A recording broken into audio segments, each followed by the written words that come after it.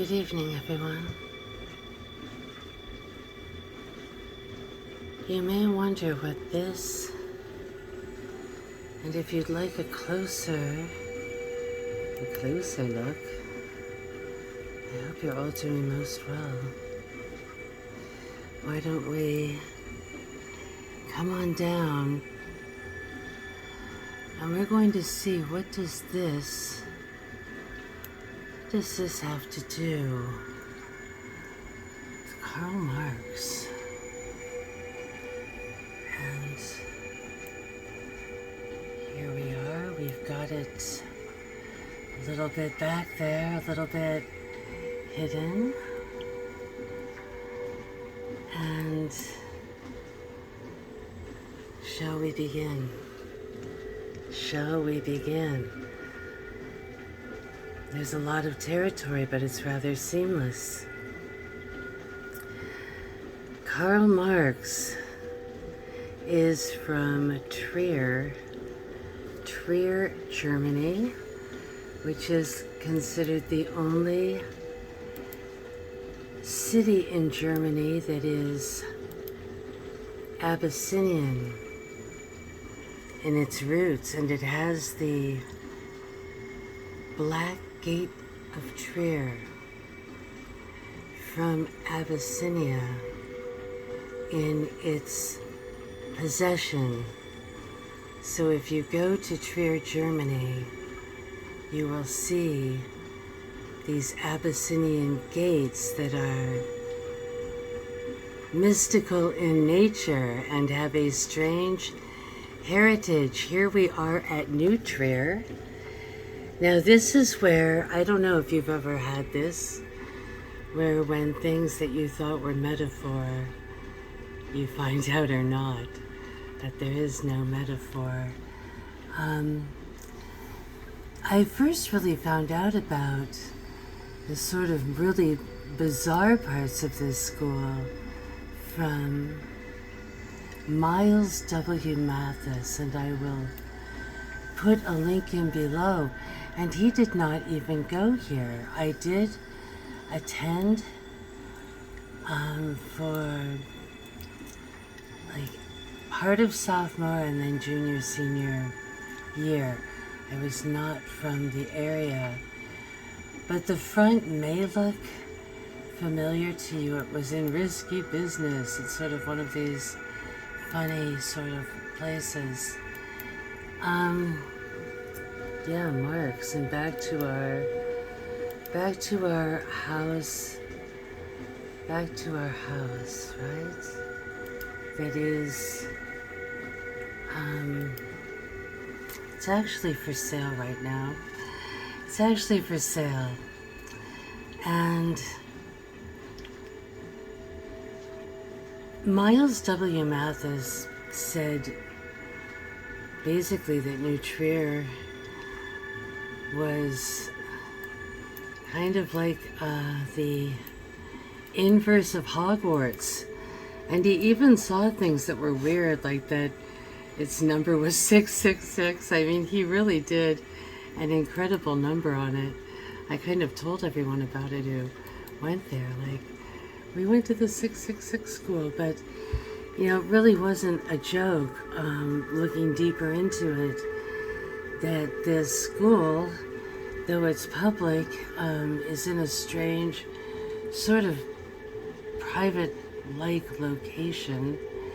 It's just sort of down the road from here, and it has its roots in the occult, and it is where people who can make big decisions for media and things like that. This is the Chicago area, it's the North Shore, and so we've got all the Rockefeller stuff down on the other end at University of Chicago, and we've got everything in between. I did not live in one of these mansions. There were some sort of more regular homes in the area, and I was thinking the other night about a neighbor. Actually, I can just put that one in too. We've got that one pulled up. And she was the neighbor at that we live next door to. Sorry, it's been a long day, but this is kind of intense information. And she worked at McGraw-Hill as an editor, and that was the textbook company that everyone sort of was subjected to. I don't, if you're not from the U.S. or a certain time, count your blessings. So she was one of the textbook sort of article writers, editors for McGraw-Hill. Well, it's funny, I looked up, who owned it. A couple of nights ago, I started to sort of think about it, like what's the deal with McGraw-Hill? I never really trusted it, and I won't go into details now, though it might be fun to at some point. So here is the first thing that came up. McGraw-Hill studies in political science. Who's the editor? This was not our neighbor, by the way. She had a different name. But what is that name? Who's the editor? Oh my goodness, is it the same name as this guy? And this little name came up all over the place. Yeah. And it's weird because they have Karl Marx early writings. And then it's, so that's weird. But yeah, here, they've got tons of books. So these are maybe not their little school textbooks we saw. Here's some psychological theory, contemporary readings, in case you couldn't see that. All of these kind of weird sort of 70s when things were really getting systems and theories in psychology.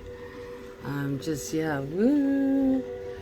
Those were the woo-woo years, weren't they? 1973 was when this was published. So, we've got all of this kind of fun stuff. Is this the one I was looking for? Learning Interactions, Melvin Marx. Melvin Marx. So what do you think? Do you think there's any relation? Did we go from the Marx in Abyssinian, German, Triergate, occultism, to kind of a little bit of a repeat, huh? There we go. There we go. So it's pretty easy to take the train. You just here, let's go back up to our place for sale. See, it's really close. There's a train you hop and you get right down there. And this is kind of a little hidden neighborhood within a sort of hidden area anyway. This is the north side. The south side is a whole different story, isn't it? Alright. So here's just a brief interlude of fun. This is near where they are. This was a woman who's been complaining to the police because she lives across the street from a naked man. But I thought, lady, you've got more to worry about in Chicago at this time than that. This is now getting more serious. This is a news story. It's about a lab that was found in December. And has a good title. The title is that the CDC finds infectious agents And the previous one, and I'll put a link in, was that they only found out about this because a memo leaked from the Department of Health. And the memo said, you know what that little memo said? It said, don't let anybody know about this, about the secret lab. So I guess they didn't do a really great job. I wanted to see, though, where the secret lab is, and I know there's like tons of these. There's probably like thousands, but first of all, it was interesting to see that it doesn't look like a super like clean or secure facility, shall we say. It's not, out in the country behind a bunch of gates like British Insane Asylum in the 60s movie. It's just kind of like right there. The roof looks like it's a crumbling in. It's right across the street from Peeps. Residential. My fave part, because we haven't seen this anywhere, so you're getting the scoop. Nobody wrote this in. It's right next to the train tracks. Yeah. How fun is that? If you want to spread a disease around, right? Like, one-stop shopping, right? You got this train. It's going to go it'll go across the nation. Just start it off in California and send it off to New York. So, I don't know, shall we take a look? Shall we take a closer look at this? There it is. There it is. It's just wild. Like, that is the address, my darlings. That's it. That's your secret, super secret spot right there. Okay. Now I want to get into some, stuff maybe we haven't been maybe talking about as much. I've got people who are like, don't talk about that. You're just going to get made fun of. But, it's okay. It's okay. I'm not woke, so, words won't hurt me. This is, it's a great channel, by the way. It's called Hawaii Real Estate. And he's ended up becoming just a real journalist in all of this, and just interviewing people, not just sort of street interviews. There've been a few of those, but long ones. If they are street interviews, they're walking around, they're showing you everything. But just really long, in depth, what people are going through, what's all the creepy stuff happening. And someone brought him to this because there's just these cars, and you can tell it was, burnt there. It wasn't moved there, and, they just decided to do a photo opportunity. But you see how nothing is burnt around it. Nothing. And he does a full, 360 degrees or whatever, I guess I can show you this.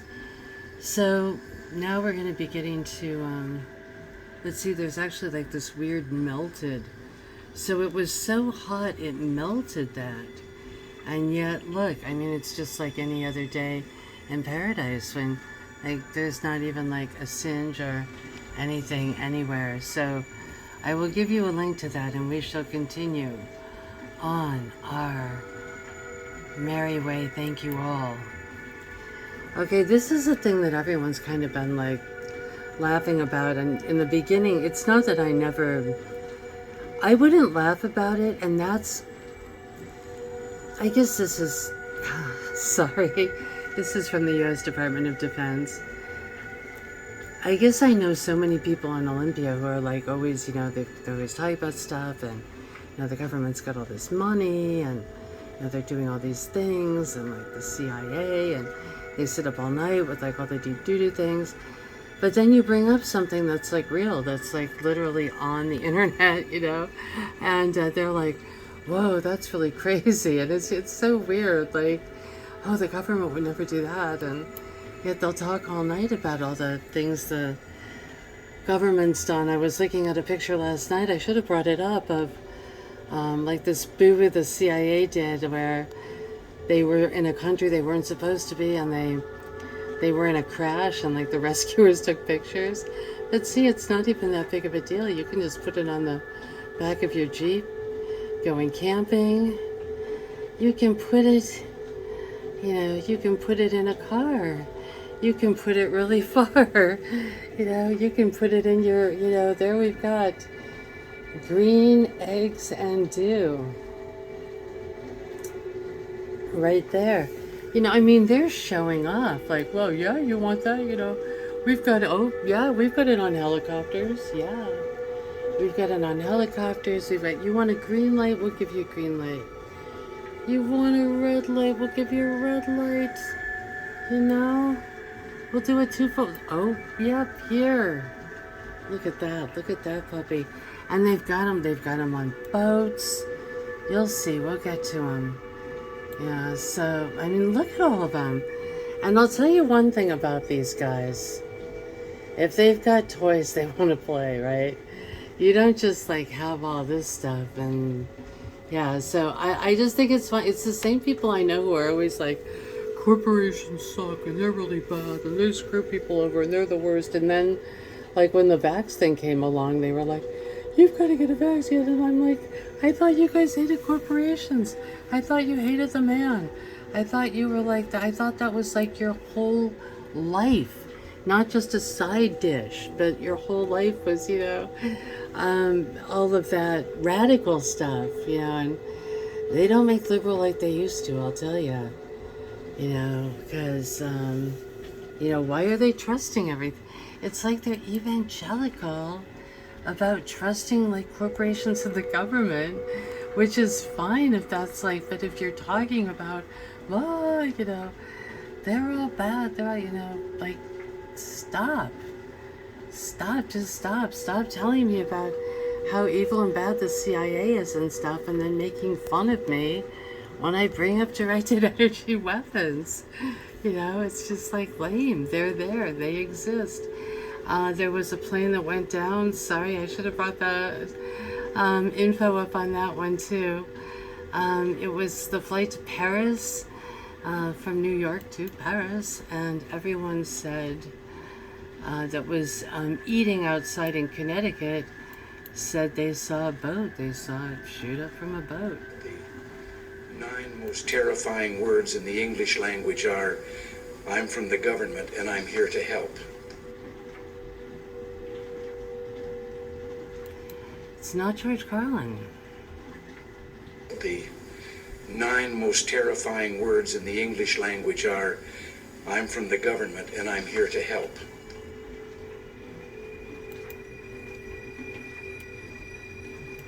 You're still with me. We've got a bonus thing here that's a little bit different, and maybe I should just do a separate vid on it, but this is it goes back to that Marx, though. People were probably in that house or in that building coming up with these deconstructing ideas. Disney's using this to conceal an ancient secret. He did a great job with this, and it reminded me of when I taught Waldorf, so I thought, I'm in turf here, that's great. It's been way too long. And he talks about the spiritual aspects of the, because it didn't just come from Disney, it came from the Grimm's fairy tales, which were, as Carl Jung would say, part of the collective unconscious. So they had powerful meanings within them. And the movie was done, the original was done beautifully and did not deviate from what the original meaning was about. But there are just so many things that he brought up, and just to think about having this sort of collective unconscious ripped away, it really is ripping away at the soul itself. And it's purely satanic. And here their books and all of those things were, you know, they were setting the stage. They were setting the stage there at McGraw-Hill. Yes, they were. And carrying on a psyop that I don't know if any of us fully understand. But we sort of know they don't like us. And it's very interesting that way. And how they're just sort of gutting. So many, many blessings, everyone. As we, here, look, they like to show this stuff off. I saw an ad where they were like, you know, call here, you know, pricing, whatever. It was just like wild. Like they were like totally like selling it, you know. Here they are. Here's some, you know, if you need or want, you know, give these guys a call, right? Call me anytime of day or night, right? Call me. And regarding, you know, what the people are going through, that they are going through in Lahaina. The 9 most terrifying words in the English language are, I'm from the government and I'm here to help. They really are, aren't they?